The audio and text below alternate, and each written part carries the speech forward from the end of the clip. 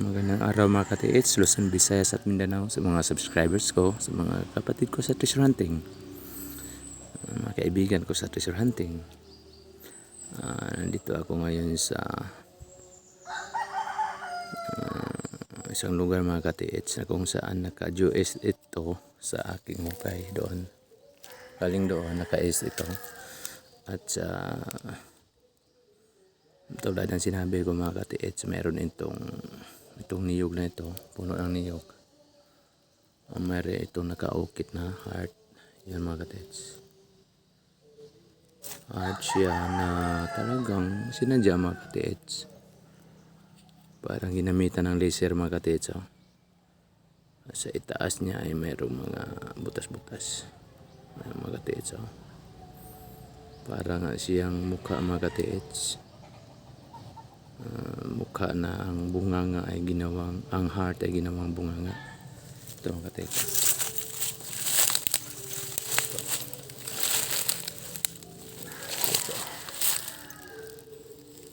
Mga ka-TH. Ito mata niya mga ka-TH. Ito mata ito sa kabila. Ito mga ka-TH. At saka ito parang bunganga siya mga ka-TH. Tingnan niyo.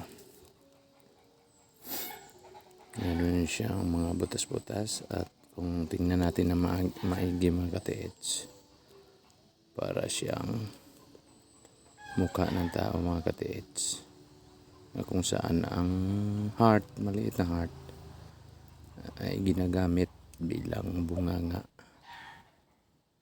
Tingnan niyo mga ka-TH. Bunganga siya. At ang mukha na to ay nakaharap doon na kung saan mayroong pointer dyan. Yun mga ka-TH. Yun, pointer yun mga ka-TH.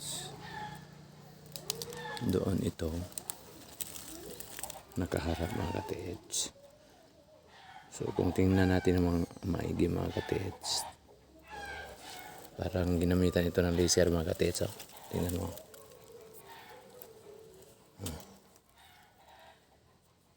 Laser ito mga ka-TH. Ginanon. So ginamitan ng laser. Ito,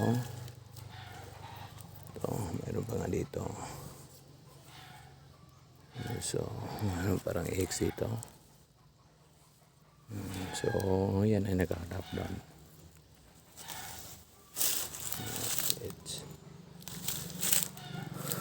So mamaya mga ka-TH, ito ay hukayin ko. So, i-assist na natin mga ka-TH kung ano mayroon dito sa pointer na to. So, ito ang sinabi ko na pointer mga ka-TH. Parang Eagles beak siya. Dito sa kabila, para siyang ulo ng agila mga ka-TH. Ito patungo ang kanyang direksyon na kanyang parang tuka ay tungo dito. Ito ang itis din natin mamaya mga ka-TH. Tingnan natin kung bangka-bangkaan na pwedeng ipanggamot sa mahika. Ito, bangka-bangkaan mga ka-TH.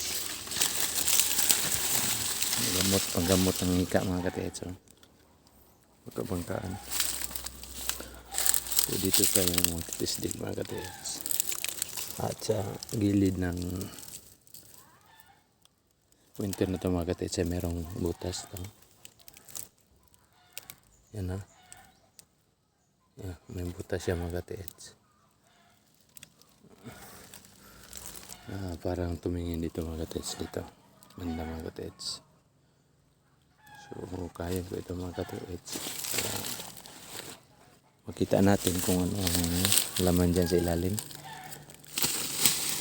Para malaman natin kung mayroon bang mga hidden trail markers na makapagsabi na or nag-indicate na mayroong nakatago sa ilalim nito. Kasi yung doon banda, yung hukay kong hukay ko ngayon ay marami talaga nakita doon mga katiits na kakaibang mga hugis ng mga bato. Heart, paa, daming heart doon. Mayroong parang dayang paa na nagka-code 5. So madami talaga mga katiits.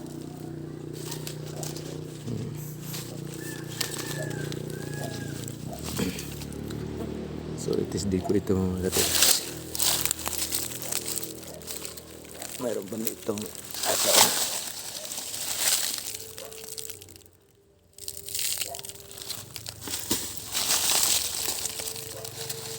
ay.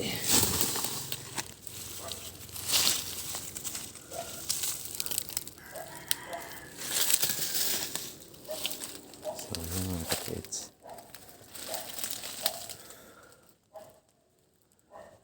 Sa itaas ito mga katiits, yung sinabi ko noon mga katiits, mayroong bato, mayroong kahoy na tugas.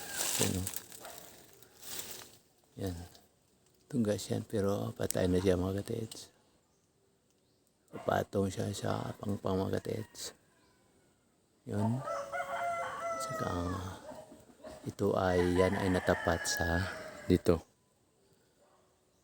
Yung itinuturo ng pointer na yan mga katiits. Katapat yan, tugas ng yan. Umulabi dito. So, sa elemental marker mga katiits, elemental marker sa east ay kahoy. So, tamang-tama mga katiits. Dahil mayroong tugas doon sa itaas. Ang aking hukayan na lang ito. At hindi naman ito parang katang-isip lamang. Dahil mayroon talagang marker doon. Yun. Heart na nakaharap dito sa pointer. Ito mga katiits. So, yun. Yan ang pointer mga katiits. Yung klaro mga katiits. Iniwa mga katiits. At ito ay nagtuturo dito mga katiits. So talagang